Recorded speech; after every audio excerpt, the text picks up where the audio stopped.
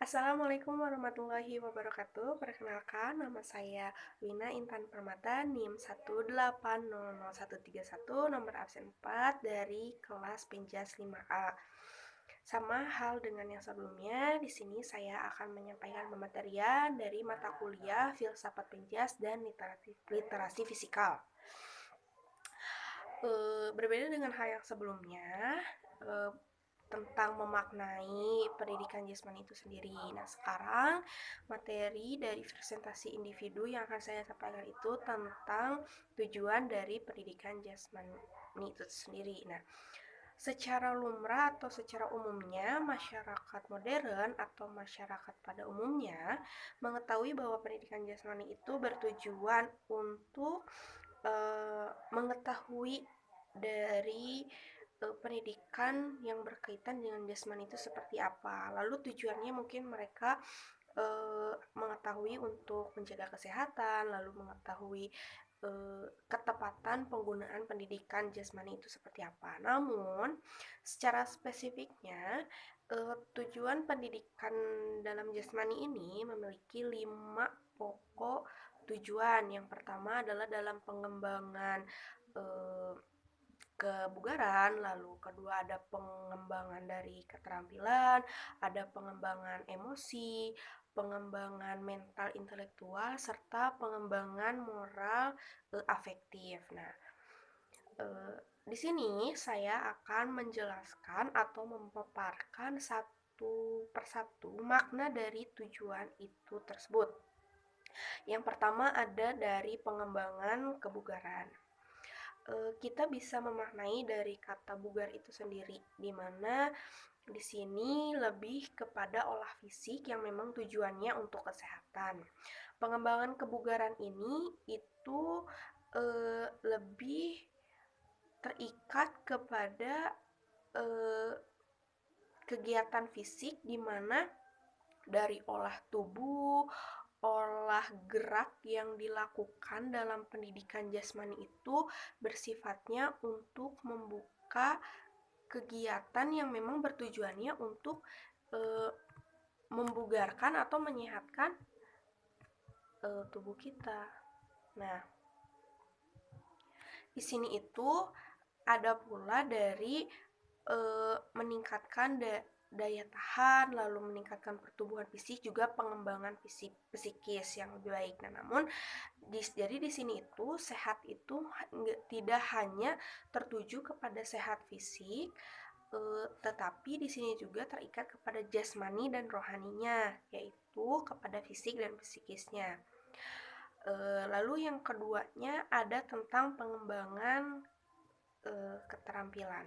Keterampilan ini dari pendidikan jasmani terikat dalam pengembangan gerak. Nah, pada dasarnya untuk pendidikan jasmani yang diterapkan khususnya kepada anak sekolah dasar itu lebih mempelajari tentang gerak-gerak dasar yang memang seharusnya seperti apa dan bagaimana ketepatan gerak dasar yang dilakukan oleh anak-anak gitu. Jadi kita selaku pendidik bisa membebaskan siswa untuk membuka dan mengenal kemampuan mereka dengan mengembangkan gerak dasar yang mereka miliki. Nah, tapi dalam membebaskan pengolahan gerak dasar ini, siswa juga harus dalam pengawasan pendidiknya, di mana seorang guru harus memperhatikan dari kekuatan otot siswa tersebut, lalu kekuatan dari kesehatannya seperti apa, dan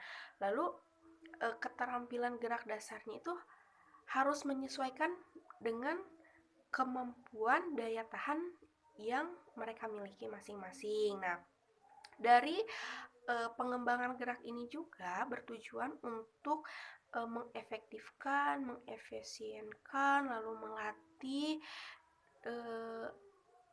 supaya memiliki kemampuan gerak yang sempurna, atau sang anak atau siswa ini memiliki skillful yang memang kemampuannya bisa dibentuk menuju kepada kemampuan mereka itu seperti apa kedepannya akan dibentuk ditujukan untuk apa, seperti apa. Nah, dari pengenalan inilah pengembangan keterampilan ini dikembangkan pada pendidikan jasmani. Nah, yang ketiga ada pengembangan emosi. Nah, untuk pengembangan emosi ini, siswa lebih tepatnya untuk mengenalkan cara mereka di lingkungan di mana mereka memiliki kesiapan untuk menerima pendidikan jasmani. Nah, pendidikan jasmani ini tidak hanya siap dalam konsep kebugaran atau kesehatan tubuh atau kaitannya dengan gerak saja tidak, tapi seseorang dapat menerima pendidikan jasmani ini dalam pengembangan emosi di mana mereka bisa menerima dalam pengetahuannya,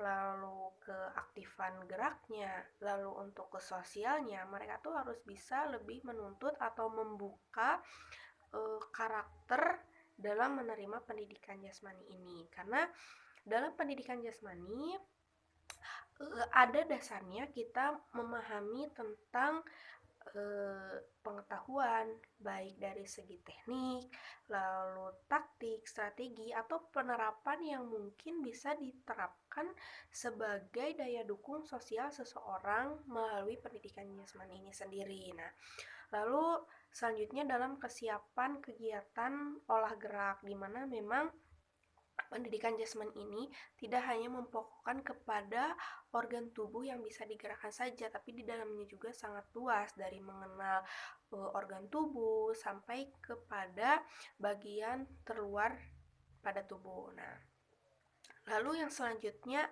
yang keempat, ada tentang pengembangan mental intelektual. Nah, kalau mental intelektual ini lebih kaitannya dengan karakter moral yang bisa diterapkan oleh seseorang melalui nilai-nilai dalam pendidikan jasmani. Nah, seperti tanggung jawab, disiplin, jujur, juga kerjasama di dalam tim. Nah, karena dalam pendidikan jasmani ini, seseorang tidak hanya bekerja sendiri atau individual, tapi memang karakternya sosial, di mana dalam pendidikan jasmani ada beberapa kegiatan yang memang harus dilakukan secara berkelompok, di mana mereka harus bisa bekerja sama, lalu dalam pelaksanaannya mereka harus bisa disiplin, jujur. Nah, begitu juga jika sudah memasuki pertandingan.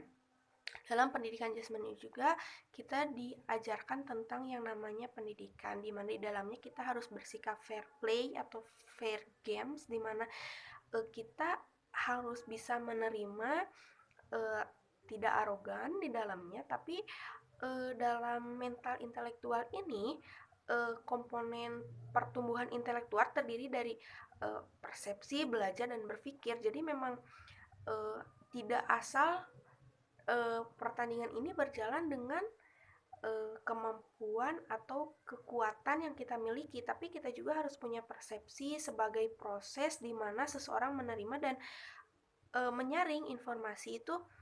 Kita harus bersikap seperti apa, sesama rekan harus bagaimana, juga dengan lawan seperti apa gitu. Nah, pelaksanaannya dari pendidikan jasmani ini kita bisa menerapkan dalam kehidupan sehari-hari juga. Nah, lalu yang terakhir ada pengembangan moral dan afektif. Nah, sama halnya dengan mental intelektual, hanya saja untuk mental intelektual itu lebih diterapkan kepada diri kita sendiri, berbeda dengan moral afektif lebih keterbukaan, di mana dalam sosialnya seseorang ini dalam pendidikan jasmani memang membuka karakternya di depan umum. Jadi mereka harus bisa menyadari bahwa karakter dari setiap orang itu tidak sama dan tidak mungkin bisa menerima sikap kita secara terbuka. Nah,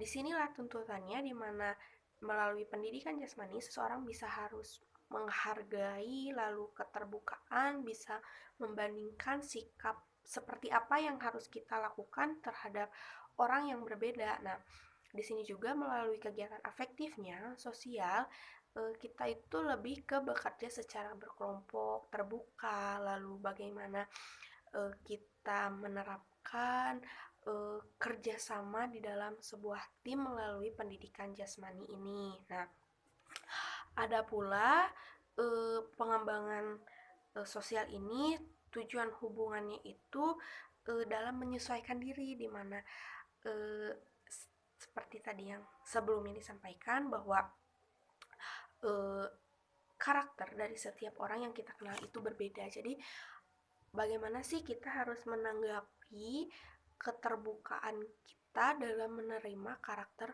setiap orangnya yang berbeda. Nah, mungkin uh, pemaparan atau pembahasan dari tujuan pendidikan jasmani, uh, saya hanya bisa menyampaikan uh, seperti itu. Kurang lebihnya mohon maaf. Semoga bermanfaat. Terima kasih. Wassalamualaikum warahmatullahi wabarakatuh.